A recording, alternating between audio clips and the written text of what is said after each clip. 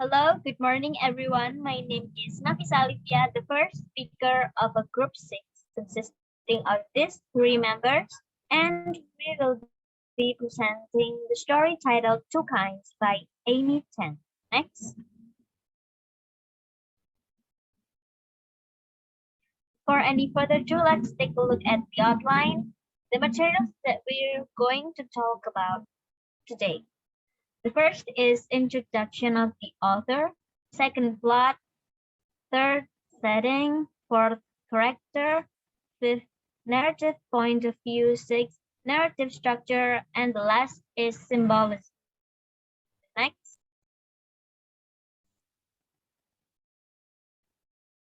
Alright, so we're going to talk about the first material. It's about the author. The author of the story is Amy Tan. She was born in the US in 1952 to immigrant parents from China to California in the late 40s. Her Chinese name is Anmei, which means blessing from America. She grew up in San Francisco. At age 15, she lost her older brother and father to brain tumors. Tan began to dream about being a fiction writer since she won an essay contest at 8, although her parents want her to be a neurosurgeon. Next.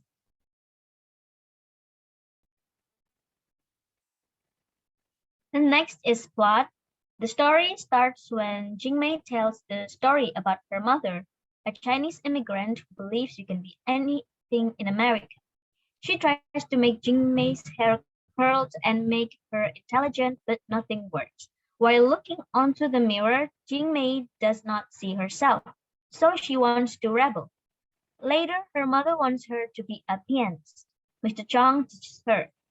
Afterwards, she loses from a talent show and refuses to play the piano.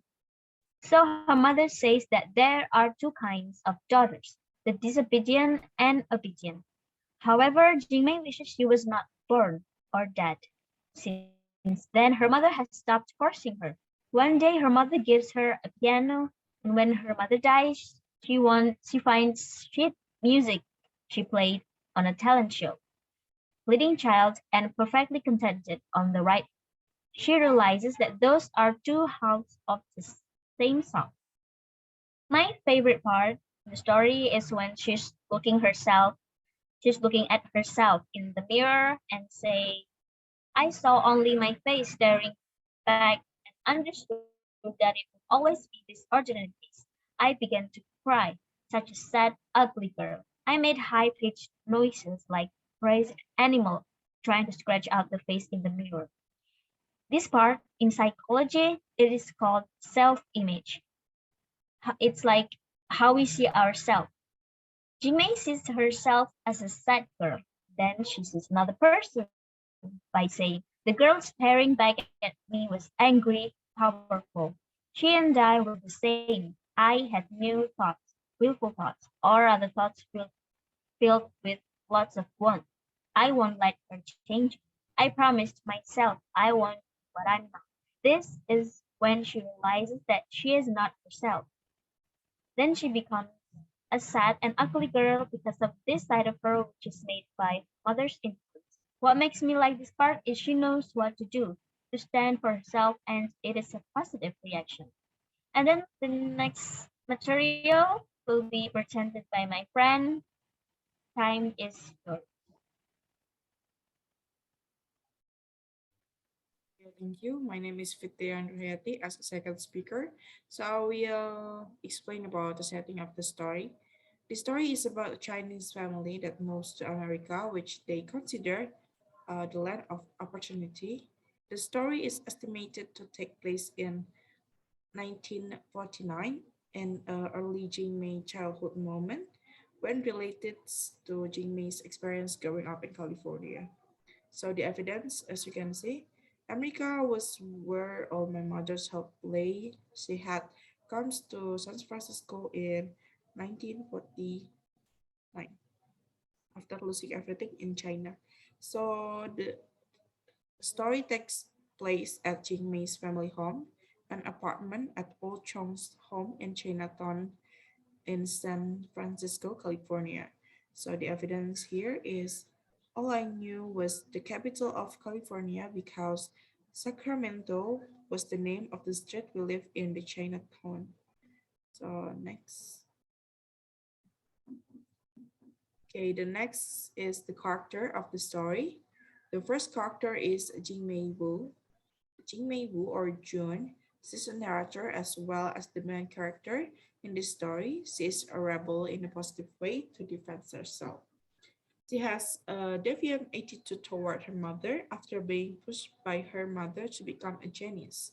The second character is Mother. Mother is represent Jing Mei's mother, a Chinese immigrant in the U.S.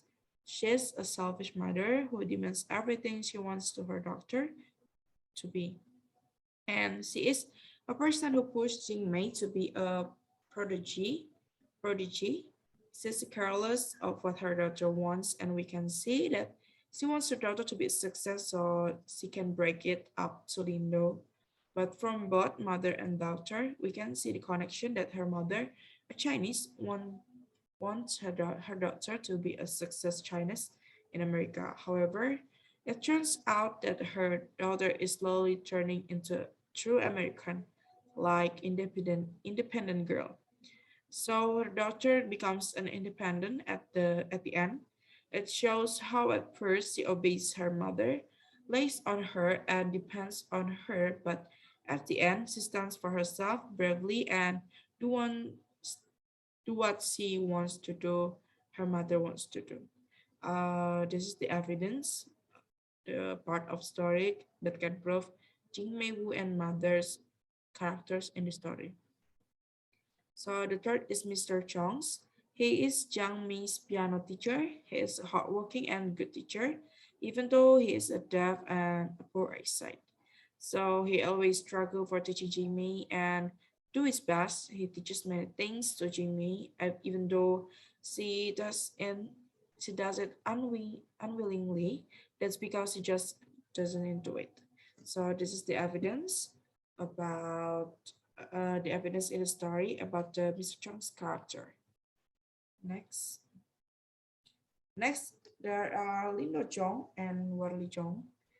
Lindo Zhong, she is an mother, Jingming mother's friend. She is overproud and likes to show off about her daughter, Beverly Zhong. And Beverly Zhong is Uncle Tin and Auntie Lindo's daughter. She is Jingmei age and she is snotty and likes to humiliate Jingmei. This is the evidence to prove Linda Jong and Beverly Jong characters in the story. The next material will be presented to my friends. Times is yours.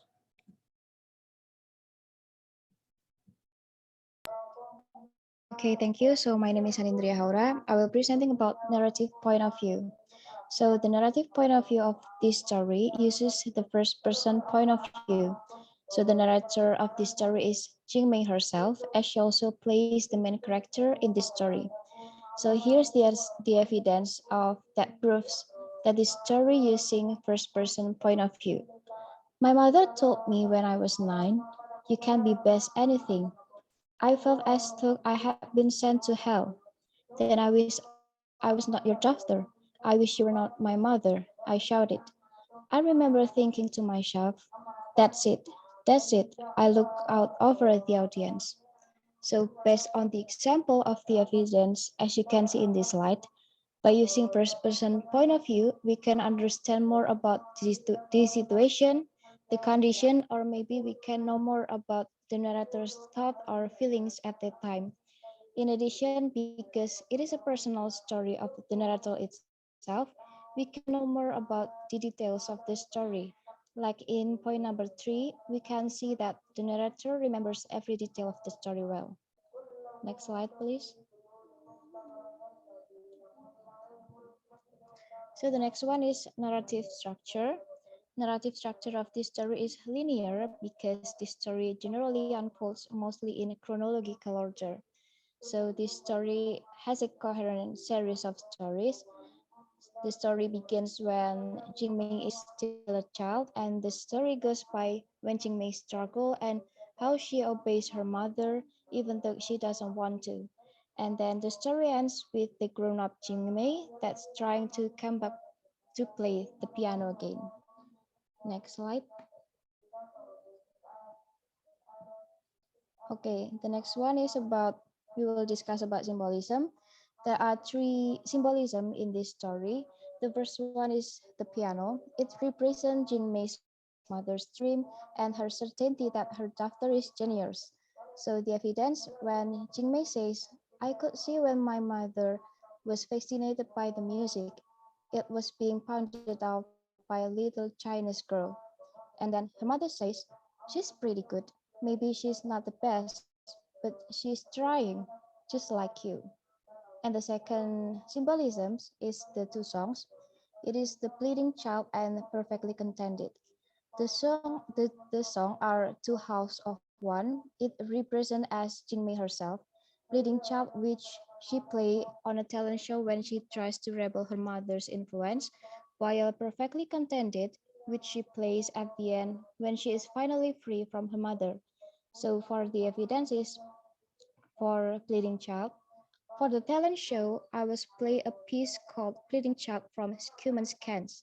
I never really listened to what I was playing, and for Perfectly Contented, I was played few bars, surprised at how easily the notes come back to me. After I played them both a few times, I realized they were two halves of the same song. And the next symbolism will be delivered by my friend. Thank you. Okay, the next symbolism is Shirley Temple. Shirley Temple is a famous actress, singer, and dancer in Hollywood. Her mother struggles for Jing Mei to become a success like her, like Shirley Temple, and she represents a van just like what her mother wants for her daughter. So the evidence is my mother thought I could be a Chinese Shirley Temple, would watch Sellers old movies on TV as though they were training films. My mother would poke my arm and say, "Be calm, you watch." Okay, the next slide will be presented to my friend.